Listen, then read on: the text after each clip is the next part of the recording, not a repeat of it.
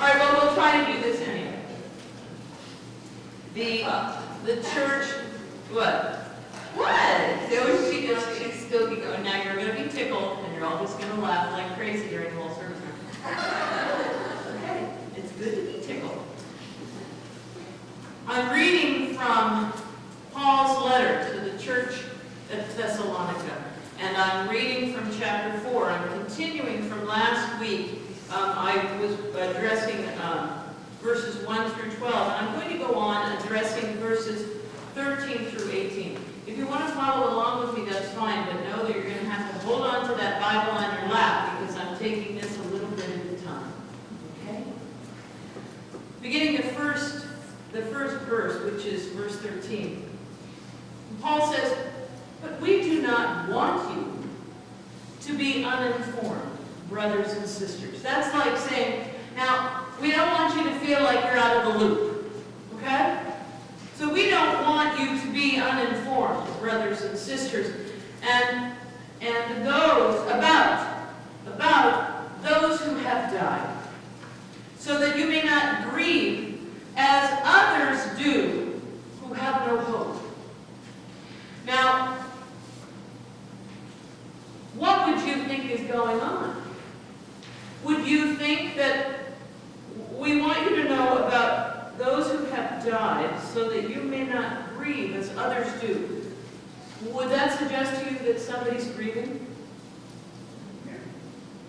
The people in the church at Thessalonica are grieving. They are grieving the loss of members of their church, of members of their family, of loved ones. They are grieving. And there's something that they've been expecting. And what they were expecting was a resurrection. What they were expecting somehow was an understanding, perhaps, like so many of us who have sat at the bedside or been at the bedside of someone who was dying. Our hope against hope is that they would rise up again, isn't it? That they wouldn't be dead, that they would rise up again. And the promise of being one who has followed, made the decision to follow Christ, made the decision to convert from the worship of many, many gods, which these Thessalonians have done. They've made a decision to convert and worship the God of Jesus Christ and to follow Jesus Christ.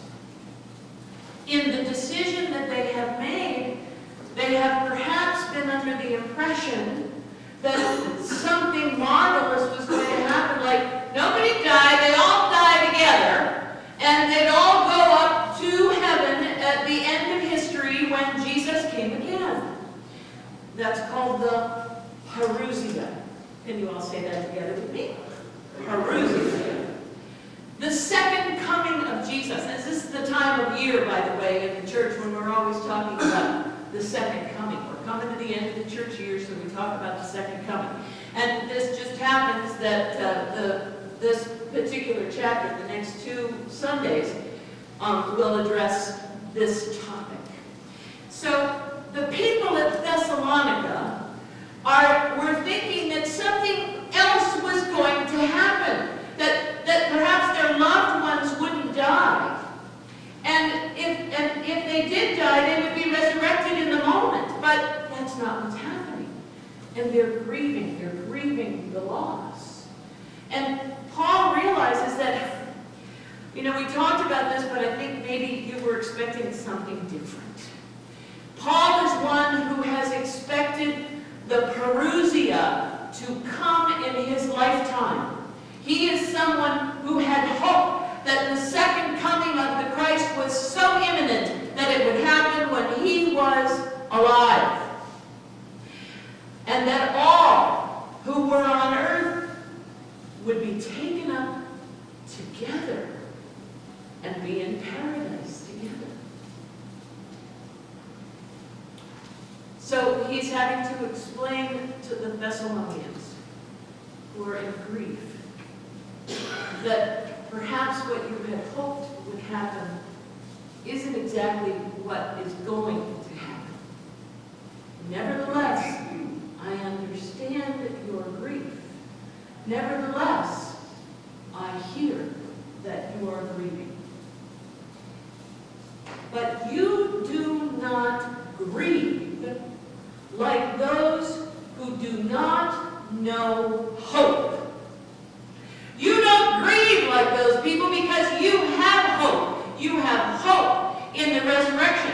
That's what I talked to you about. I talked to you about the resurrection of the dead. You have hope in that, which is a different hope than anybody else on earth has. We believe that Jesus died and rose again. Even so, through Jesus, God will bring with him those who have died. Now you're saying, what does that have to do with me, and how can I even listen to this letter? I went to dinner the other night with a friend of mine who is a grief counselor at Forest Lawn. Been a pastor for many years. And he said, you know, Amanda, I think one of the things that's going on in today's churches, that there's a lot of unresolved grief on the part of people in the pews. Now, grief, I'm not just talking about grief that is the death of loved ones. That's that messy, raw grief that we all know. When we lose somebody we love, be it a partner or a parent or a child or a sibling or a best friend, we know that raw, messy grief. That stuff of puffy eyes and tears. We all know that. But I'm talking about another kind of grief. And it's a kind of grief that haunts the pews of the churches. It's the grief of things aren't the way they used to be. It's the grief of, I remember when my friend Bill sat there next to me in that pew, and he's not there anymore. I remember when my pal Alan sat there in the pew, and he's not there anymore. I remember when my pal Shirley sang with me in the choir. She's not there anymore. I remember that family who came in, and they were here for a few months, and they joined the church, and then they disappeared. Well, I guess they must be going to another church, but I remember them. I remember my friend who's been a member of this church for years and years and years who hasn't been coming. And I don't know where he's gone, and I don't know why. This kind of grief haunts the pews of a church. It is a grief we all feel. There's a grief that the Thessalonians felt. And the grief that they felt was, we left our before lives behind. We have been left also alienated from friends and family. And we are here in this community of faith, this community of common believers, and they're dying. We're a minority of people, and our friends are dying. And if they die and we're the only ones left, what's going to happen to us?